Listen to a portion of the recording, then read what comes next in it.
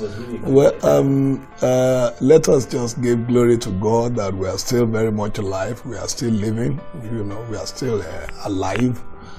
Because 2020 as a year was actually a year I've never experienced in my life, a year I've never witnessed in my life, a year I believe a lot of people have never witnessed in their lives. So, but we thank God. Like I said, some they have gone, because of all those, that happened during 2020.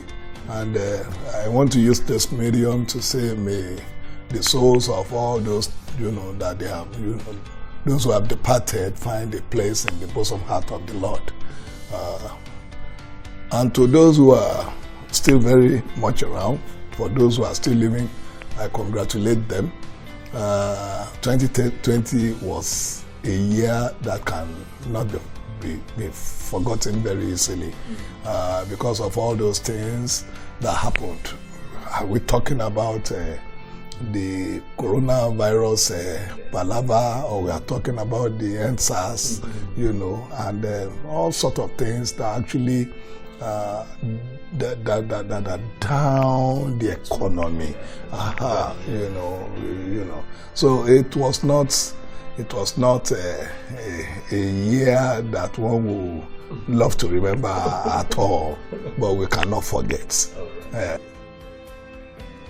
Well, I don't have resolution. I take things the way it comes. I have never said this is my resolution, but I have a very good plan for 2021 that I survived 2020. I think it is not by my own making, but to God be the glory. So everyone who also has that privilege should be closer to God. I think that is number one. So this year, and I think I need to be closer to God, who has been doing it, who has been doing wonderfully well in my life. Because if not for that, hey, I don't know where I would have been now. So moving closer to the God is very, very paramount. This is a priority this year. Then I really need to improve on my acting career. I plan to produce film, right? Because it was long I produced film now. So this year I actually want to do a film. Then apart from the film, I also want to go into some series. I want to go into television series. I want to go into television series, and I want to produce at least a film this year. That's my plan.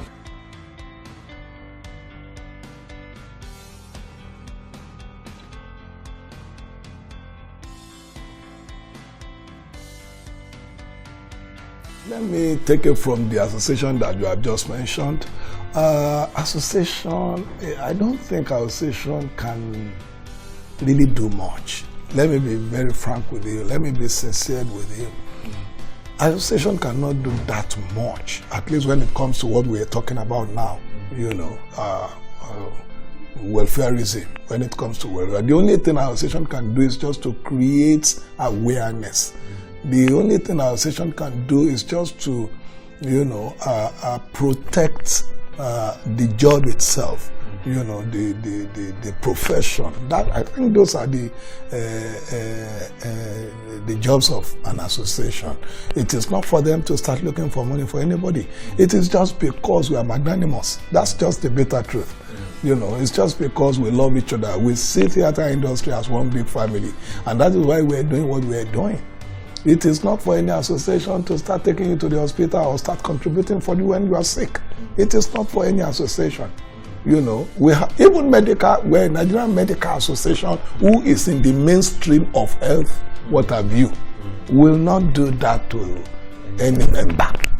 So why are we now talking about association neglecting their members when they need their, the problem we have is we are not doing things right.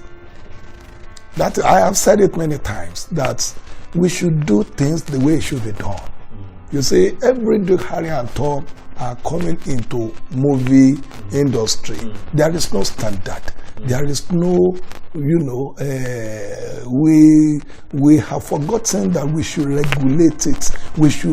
Who are supposed to be actors, we should do that. There should be a standard. Somebody who is coming in, and by the time we have a standard, then we will be able to know the nitty-gritty of the job. We will know the ethics.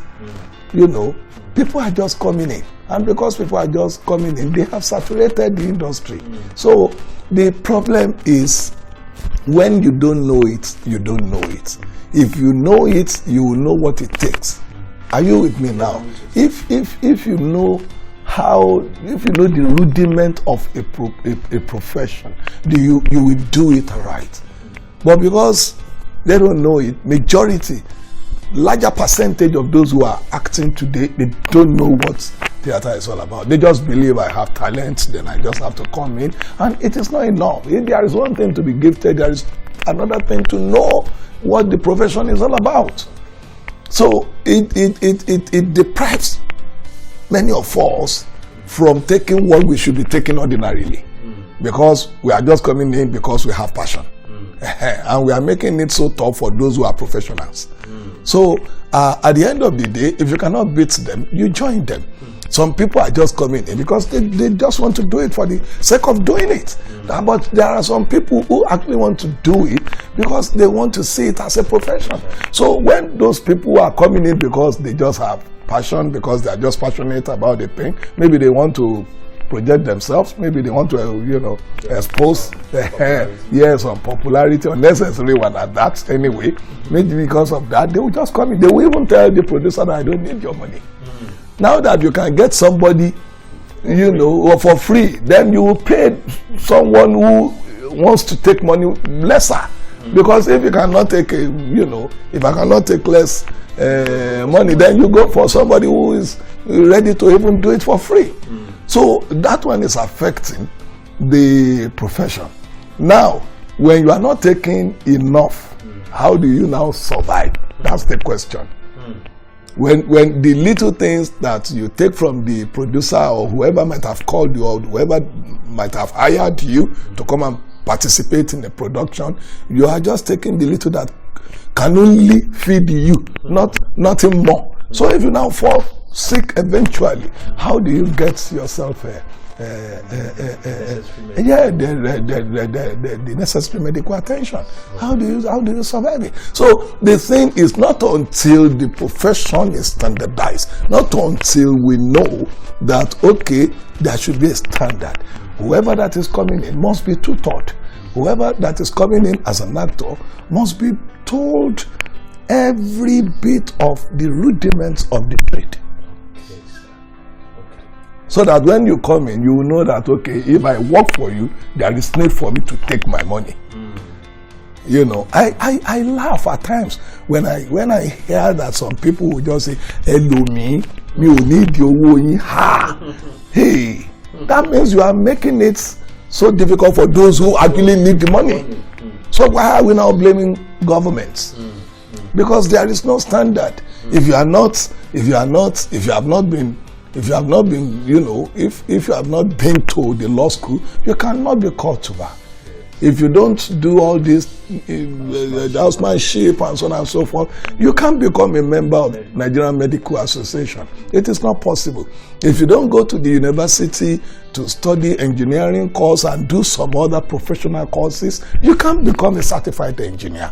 So even if you don't go to the university to go and study theater art, there should be a way of standardizing it, so that when you are coming in, you will know that it is not just coming in. I know what it takes to come in and become a chartered practitioner, a theater practitioner. Yeah, that's it. So I have said it many times that looking for somebody who will take care of you is very, very, very, very annoying when we fall sick, and we have to find solace in public before we can be taken care of, before we can have medical attention. is somehow ridiculous, very ridiculous.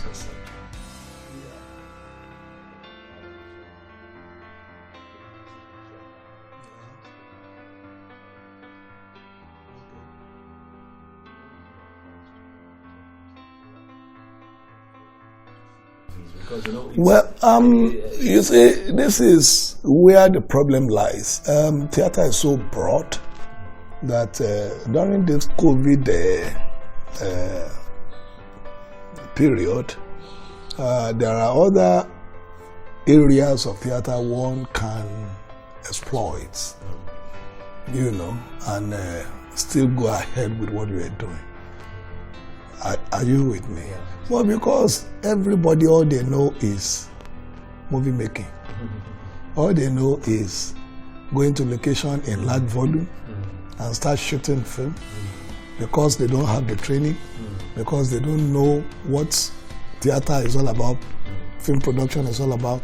They think that is the only way they can do it. Because, one, a Yoruba proverb says, Ọba arán ni níṣẹ́, odò ọba kún.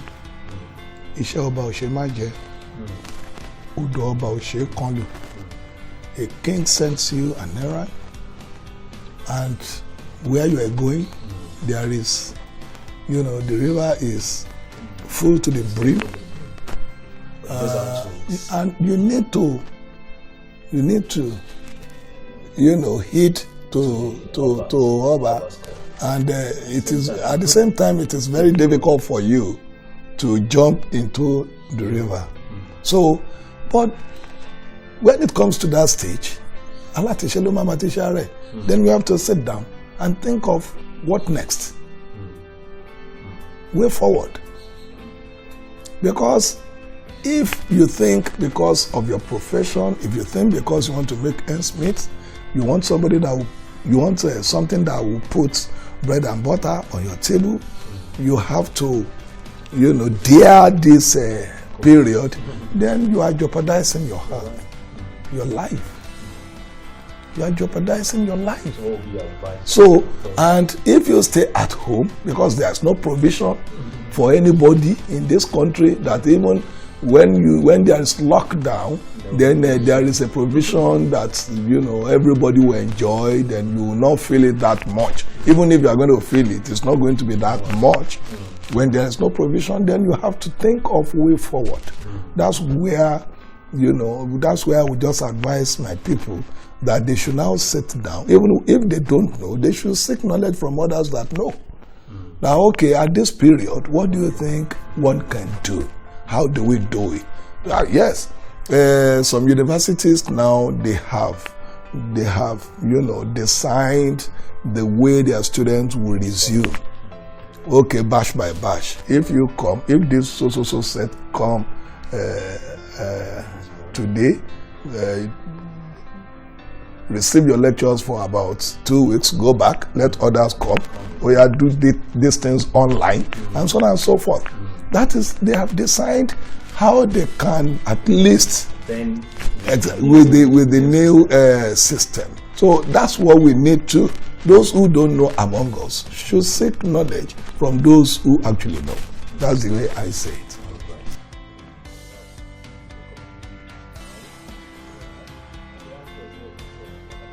So what are your advice to Nigerians? Well, Nigerians generally, my advice is we have got it wrong long time ago.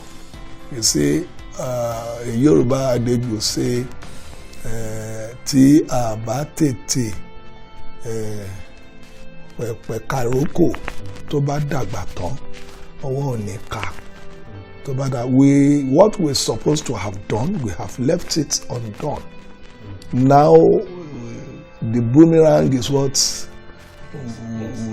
we are now experiencing, because all those things that we have done ordinarily before now, we never planned for tomorrow.